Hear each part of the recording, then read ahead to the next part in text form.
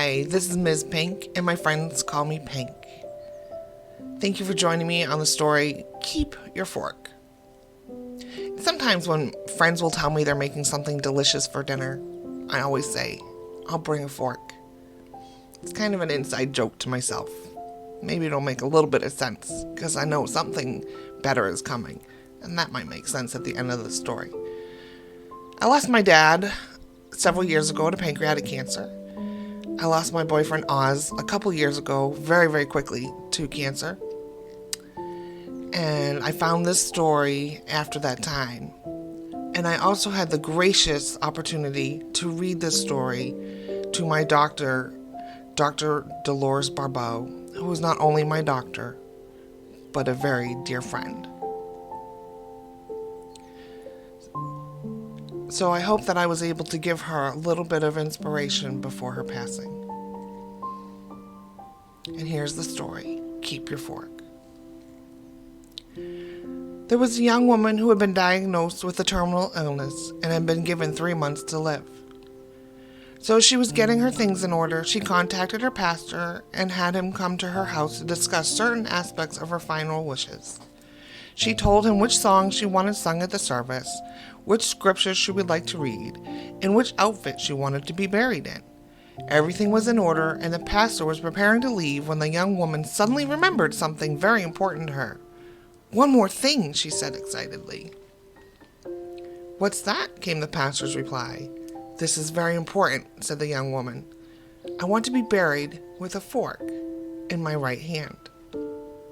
The pastor stood looking at the young woman, not knowing quite what to say. "That surprises you, doesn't it?" the young woman asked.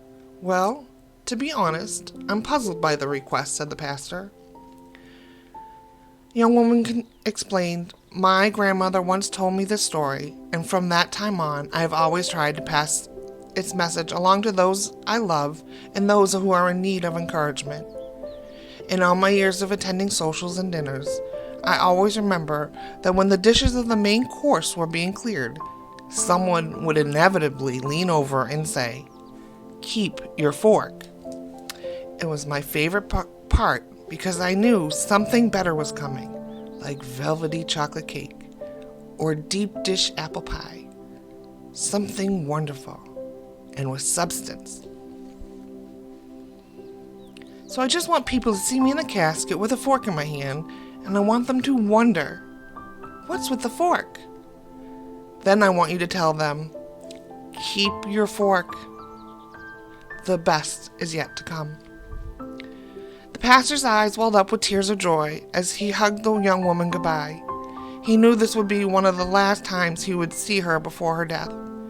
But he also knew that the young woman had a better grasp of heaven than he did. She had a better grasp of what heaven would be like than many people twice her age. With twice as much experience and knowledge, she knew something better was coming. At the funeral, people were walking by the young woman's casket, and they saw the cloak that she was wearing and the fork placed in her right hand.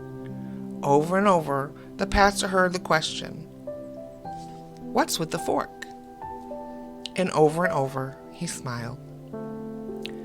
During his message, the pastor told the people of the conversation he had with the young woman shortly before she died.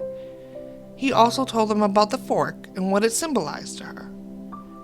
He told the people how he could not stop thinking about the fork, and told them that they would probably not be able to stop thinking about it either. He was right. So the next time you reach down for your fork, let it remind you, ever so gently, that the best is yet to come.